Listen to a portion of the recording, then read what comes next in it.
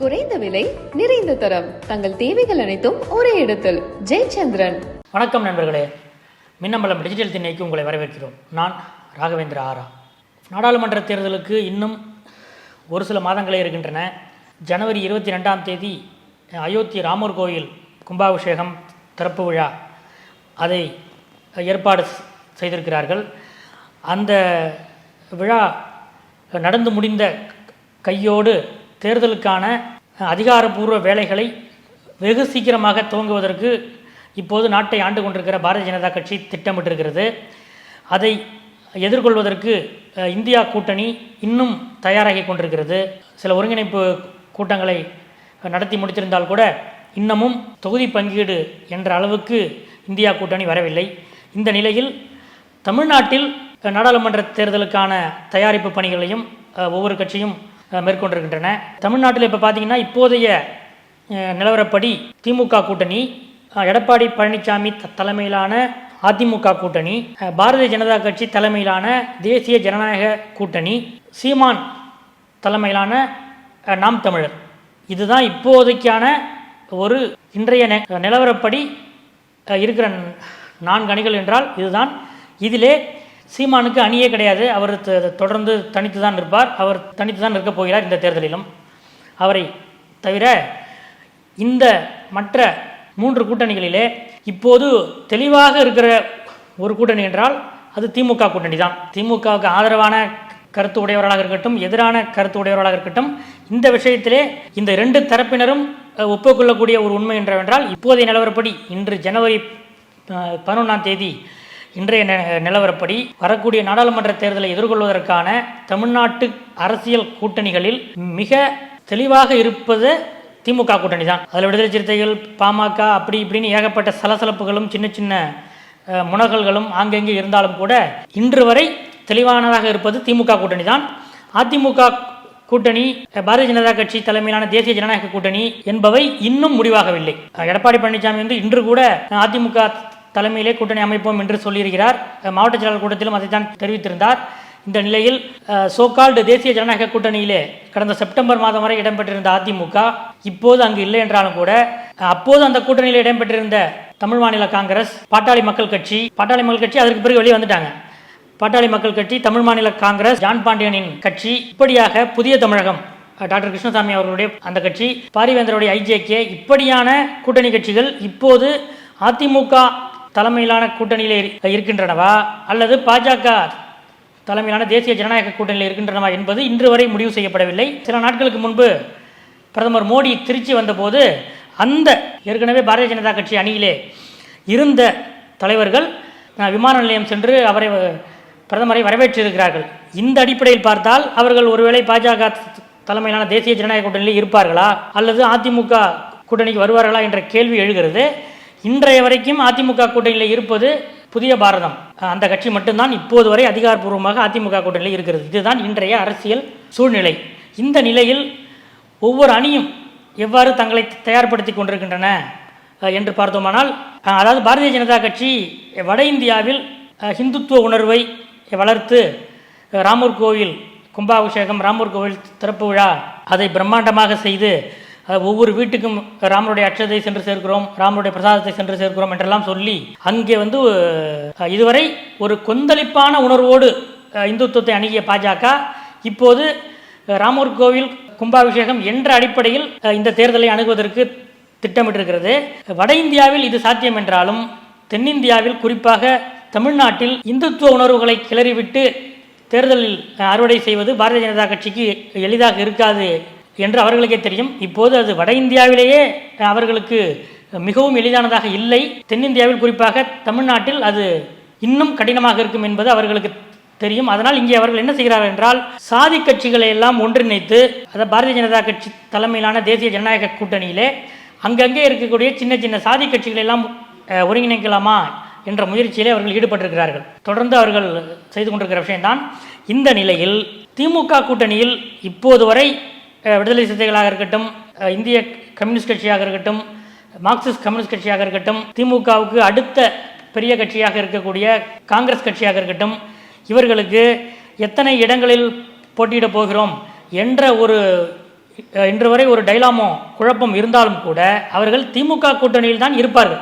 இன்னும் 3 மாதங்களில் தேர்தலை வைத்துக்கொண்டு அணி மாறுவது என்பது அவர்களுக்கு இயலாத ஒன்றாகத்தான் இருக்கும். இன்னொன்று, பிரதமர் வேட்பாளர் மோடியா அல்லது மோடி வேண்டாமா என்ற நிலையில் திமுக பக்கம் நிற்பதுதான் அவர்களுக்கான அரசியல் இருப்புக்கும் இன்று உத்தரவாதமாக இருக்கிறது. இந்த நிலையில் திமுக தலைவரும் முதலமைச்சருமான ஸ்டாலினுடைய மாப்பிள்ளை மீண்டும் இந்த தேர்தல் களத்தில் குதித்திருக்கிறார் என்பதுதான் இன்றைய லேட்டஸ்ட் தகவல். அதாவது கடந்த 2023ஆம் ஆண்டு பிப்ரவரி மாதம் ஈரோட்டிலே நடைபெற்ற ஈரோடு கிழக்கு இடைத்தேர்தலில் பிரச்சாரம் அந்தந்த அரசியல் கட்சியினர் வெளிப்படையாக பிரச்சாரம் செய்து கொண்டிருந்த போது முதலமைச்சருடைய மாப்பிள்ளை ஸ்டாலின் அங்கே போய் முகாமிட்டு ஈரோடு கிழக்கு தொகுதியிலே கணிசமான வாக்குகளை கொண்ட முதலியார் சமுதாய பிரதிநிதிகளை சந்தித்தார். அதன் பிறகு அந்த தொகுதி திமுக நிர்வாகிகள் கூட்டத்திலும் கலந்து கொண்டார். அதன் பிறகு அமைச்சர் ஏவா வேலு போன்றவர்கள் அங்கே வந்து உணவு படைக்கும் போது அங்கே கட்சி தொண்டர்களுக்கு, அது இடைத்தேர்தல் பணியாற்ற வந்திருக்கிற கட்சி தொண்டர்களுக்கு சாப்பாடு போட்டு கொண்டிருக்கும் போது அங்கேயே சென்று திமுக தொண்டர்களையும் சந்தித்து எப்படி இருக்குது தொகுதி, எப்படி இருக்குது, நீங்கள் எப்படி வேலை எப்படி இருக்குது, நீங்கள் எந்தெந்த பகுதி பார்க்குறீங்க என்றெல்லாம் விசாரித்து அப்போது ஒரு கவன ஈர்ப்பை ஏற்படுத்தினார் சபரீசன். அதாவது சபரீசன் முதலியார் சமுதாயத்தை சார்ந்தவர் என்பதால் அந்த ரீதியில் அவர் ஈரோடு கிழக்கு தொகுதியில் அன்று முகாமிட்டார் என்று மின்னம்பலத்தில் அப்போதும் வெளியிட்டிருந்தோம். அது தொடர்பான விமர்சனங்களும் வந்தன. இது தொடர்பாக நாம் தமிழர் கட்சி தலைவர் சீமான் கூட வெளிப்படையாக விமர்சித்தார். இந்த நிலையில் இப்போது மக்களவைத் தேர்தல் நெருங்கி கொண்டிருக்கிற நிலையில் மீண்டும் சபரீசன் களத்தில் இறங்கி இருக்கிறார். ஏற்கனவே சில மாதங்களாகவே சபரீசன் கொஞ்சம் ஒதுங்கிட்டாரு, அவருக்கும் உதயநிதி ஸ்டாலினுக்கும் சின்ன சின்ன நெருடல்கள் இருக்கின்றன என்றெல்லாம் திமுக வட்டாரத்திலே கூட ஒரு விதமான ஹேஷியங்கள் உலவிக் கொண்டிருந்த இந்த நிலையில் மக்களவை தேர்தலுக்கு அந்த அதிகாரபூர்வமான கூட்டணி, தொகுதி பங்கீடு இதெல்லாம் திமுக தலைவர் பார்த்து கொள்வார். ஆனால் இந்த கூட்டணி கட்சிகளை விட, கூட்டணி கட்சிகள் இருந்தாலும் அதையும் தாண்டி, அதுக்கு மேலேன்னு சொல்கிற மாதிரி இதுக்கு மேலே எந்த ஒரு பாக்கெட்டையும் நாம் மிஸ் பண்ணிவிடக்கூடாது. அதாவது எந்த ஒரு சமுதாய தொகுப்பையும் நாம் தவற விட்டுவிடக்கூடாது என்ற ஆங்கிளில் சபரீசன் ஒரு ஆபரேஷனில் இறங்கியிருக்காரு அப்படின்னு சொல்கிறாங்க. அது தொடர்பான சில சந்திப்புகளையும் அவர் நடத்தி கொண்டிருக்கிறார். நேற்று, அதாவது ஜனவரி 10ஆம் தேதி மாலை முதலமைச்சருடைய இல்லத்தில், சித்தரஞ்சன் சாலை இல்லத்தில் சபரீசனை, அதாவது கொங்கு பகுதியைச் சேர்ந்த வேட்டுவ கவுண்டர் சமுதாயத்தைச் சேர்ந்த புதிய திராவிடர் கழகம் என்ற கட்சியின் நிறுவனர் ராஜ் கவுண்டர், அது அவர் பேரில் கவுண்டர்னு சொல்லிக்கிறாரு, நமக்கு ராஜ் தான். புதிய திராவிடர் கழக இந்த நிறுவனர் ராஜ், அந்த இளைஞர் போய் சபரீசனை சந்தித்திருக்கிறார். இவர் சபரீசனை சந்திப்பது புதிதல்ல. ஏற்கனவே அமைச்சர் செந்தில் பாலாஜி மூலமாக சபரீசனுக்கு அறிமுகப்படுத்தப்பட்டவர் தான் இவர். கொங்கு பகுதியிலே கொங்கு வேளாளர்கள் தான் அதிகமாக அரசியலில் ஆதிக்கம் செலுத்தி வருகிறார்கள். திமுகவாக இருக்கட்டும், அதிமுகவாக இருக்கட்டும், இப்போது பாரதிய ஜனதா கட்சியில் கூட அண்ணாமலை கொங்கு வேளாளர் சமுதாயத்தைச் சேர்ந்தவர் தான். இந்த ரீதியில் அங்கே இருக்கிற மற்ற சமுதாயத்தினருக்கு கொஞ்சம் கொஞ்சமாக திமுகவிலும் சரி அதிமுகவிலும் சரி செல்வாக்கு குறைந்து கொண்டிருக்கிறது. இந்த நிலையில் அதிமுக இயல்பாக கொங்கு வேளாளர் சமுதாய வாக்குகளை அறுவடை செய்து வரும் நிலையில் திமுக அதற்கு மாற்றாக என்ன பண்ணலாம் அப்படின்னா, கொங்கு வேளாளர் அல்லாத அந்த மற்ற சமுதாயத்தினரையும் அரவணைக்கலாம் என்ற ஒரு விஷயத்தை செந்தில் பாலாஜியிடம் ராஜ் சொல்ல, ஏன்னா ராஜ் வேட்டுவ கவுண்டர், அந்த வேட்டுவ கவுண்டர் சமுதாயத்தினர் கொங்கு வேளாளர் சமுதாயத்தினரால் தொடர்ந்து தாங்கள் புறக்கணிக்கப்பட்டு வருவதாக தொடர்ந்து அவர்கள் பொது வெளியிலும் சரி தனிப்பட்ட முறையிலும் சரி இந்த கருத்தை பதிய வைத்துக் கொண்டிருக்கிறார்கள். அந்த வகையிலே திமுகவிலேயும் கொங்கு வேளாளர் அதிகமாக தான் இருக்காங்க. அவர்களை மையமாக வைத்துதான் திமுக அதிமுக இரண்டுமே அங்கே அரசியல் செய்கின்றன. இந்த நிலையில் திமுக கொங்கு வேளாளர்கள் இருக்கட்டும், அவர்களோடு அந்த மற்ற சமுதாயத்தினரையும் அரவணைத்து கொண்டு செல்ல வேண்டும் என்பதுதான் செந்தில் பாலாஜியிடம், அதாவது அவர் சிறைக்கு செல்வதற்கு முன்பாக இந்த ராஜ் சொன்ன ஆலோசனை. அதன்படியே அவர் சபரீசனிடம் கொண்டு போய் சந்திக்க வைத்தார். அந்த டச்சின் அடிப்படையில் ஏற்கனவே 2-3 முறை சந்தித்தவர் நேற்று மீண்டும் ஒரு முறை சந்தித்திருக்கிறார். ஜனவரி 21ஆம் தேதி புதிய திராவிடர் கழகத்தின் அந்த மாநாட்டை நடத்துவதாக இருந்தார்கள். அந்த மாநாட்டு கலந்து கொள்ள அமைச்சர் உதயநிதி ஸ்டாலினிடம் தேதியும் கேட்டிருந்தார்கள். ஈரோடு அமைச்சர் முத்துசாமி, அமைச்சர் KN நேரு, அமைச்சர் அன்பில் மகேஷ் இவர்களை மையமாக வைத்து இவர்கள் மூலமாக உதயநிதியிடம் சென்று அந்த மாநாட்டுக்கு தேதி கேட்டிருந்தார்கள். தற்போது திமுக இளைஞரணி மாநாடே ஜனவரி 21ஆம் தேதி என்பதால் அதை அந்த இவர்கள் வந்து அந்த மாநாட்டை பிப்ரவரி மாதத்துக்கு தள்ளி வைத்திருக்கிறார்கள். இந்த நிலையில்தான் நேற்று அந்த புதிய திராவிடர் கழக நிறுவனர் ராஜ் வந்து சபரீசனை சந்தித்து கொங்கு உள்ளிட்ட தமிழ்நாட்டின் பிற மண்டலங்களிலே சாதி ரீதியான எந்தெந்த சமுதாயத்தினரை கூட்டணி கட்சிகள் என்று ஒரு அந்தஸ்து கொடுப்பார்கள், தோழமை கட்சிகள் என்று இன்னொரு அந்தஸ்து கொடுப்பார்கள். இதையும் தாண்டி இருக்கிறார்கள் அல்லவா, அவர்கள் வந்து அந்தந்த மாவட்டங்களிலே அந்தந்த பகுதிகளிலே செல்வாக்காக இருப்பார்கள். ஆனால் அவர்கள் ஒரு மாநிலம் தழுவிய ஒரு வெளிச்சத்துக்கு வந்திருக்க மாட்டார்கள். அவர்களையெல்லாம் ஒருங்கிணைத்து அவர்களையெல்லாம் இப்போது பாஜக வந்து சாதி ரீதியான ஒரு காம்போவை உருவாக்க முயற்சி செய்கிற இந்த நேரத்தில் அதை தகர்த்து அவர்களையும் திமுக கூட்டணிக்குள் கொண்டு வருவது என்பதுதான் சபரீசனுடைய இந்த திட்டம்.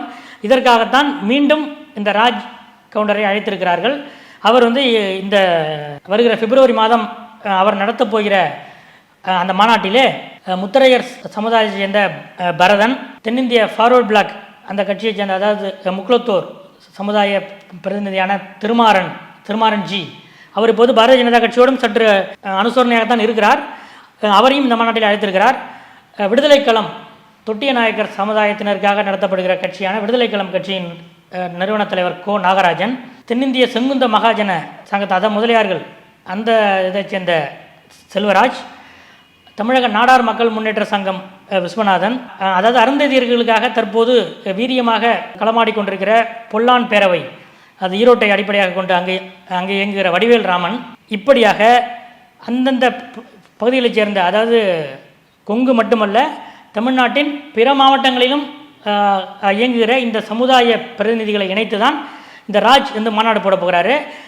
இந்த ரீதியில் அவர்களையும் திமுக கூட்டணிக்குள் அழைத்து வருவது, அவர்களுக்கு வந்து கூட்டணி கட்சி என்றால் ஒரு அந்தஸ்து, தோழமை கட்சி என்றால் ஒரு அந்தஸ்து அப்படிலாம் இல்லாமல் அவர்களையும் திமுக கூட்டணிக்குள் ஐக்கியப்படுத்தி பாரதிய ஜனதா கட்சி போடுகிற அந்த சாதி காம்போ அந்த சாதி கூட்டணிக்குள் இவர்கள் சென்றுவிடக்கூடாது, இவர்களையும் திமுக கூட்டணிக்குள் கொண்டு சேர்த்து விட வேண்டும் என்பதுதான் சபரீசனுடைய திட்டம்.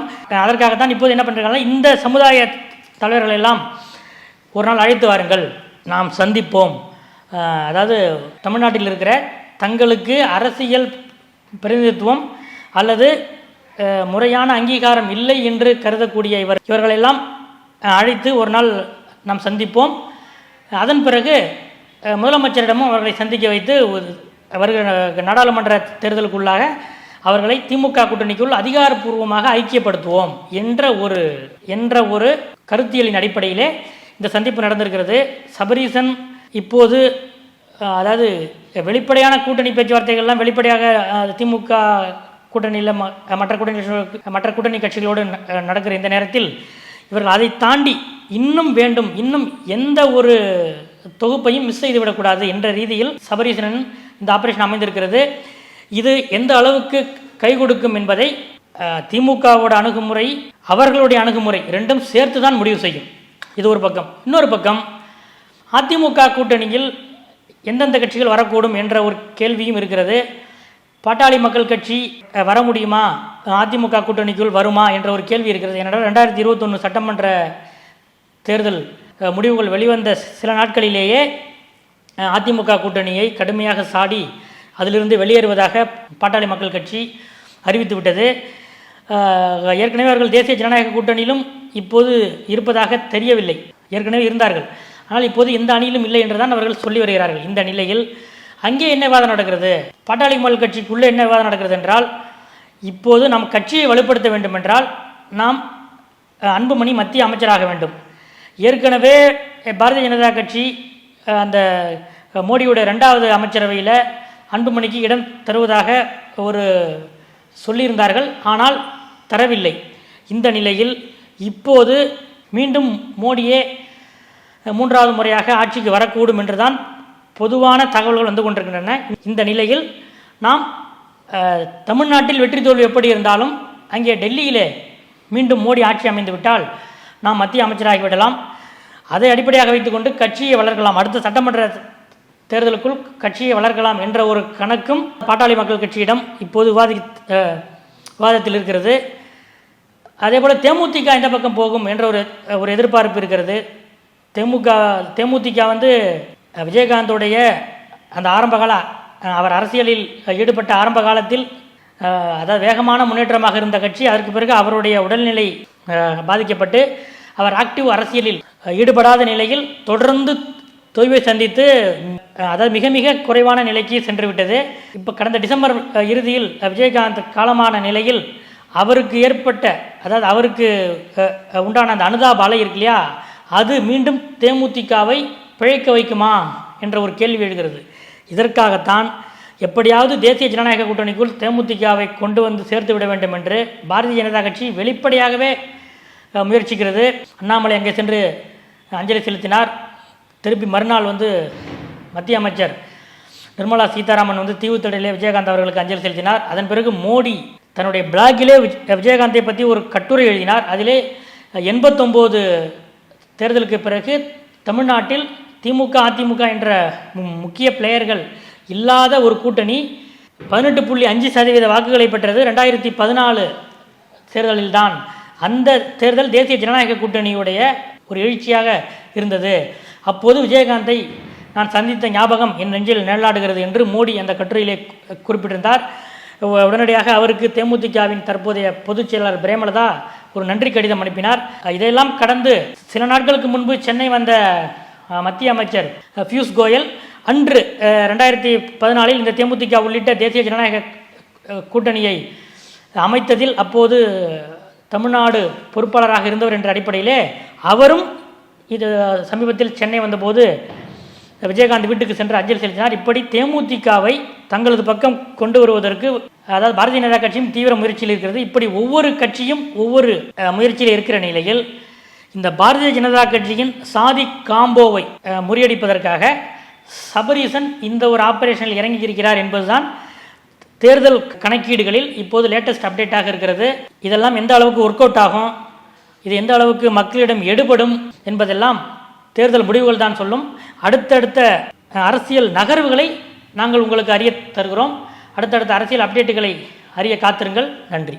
குறைந்த விலை, நிறைந்த தரம், தங்கள் தேவைகள் அனைத்தும் ஒரே இடத்தில். ஜெயச்சந்திரன். மின்னம்பலம்.com தமிழின் முதல் மொபைல் பத்திரிகை.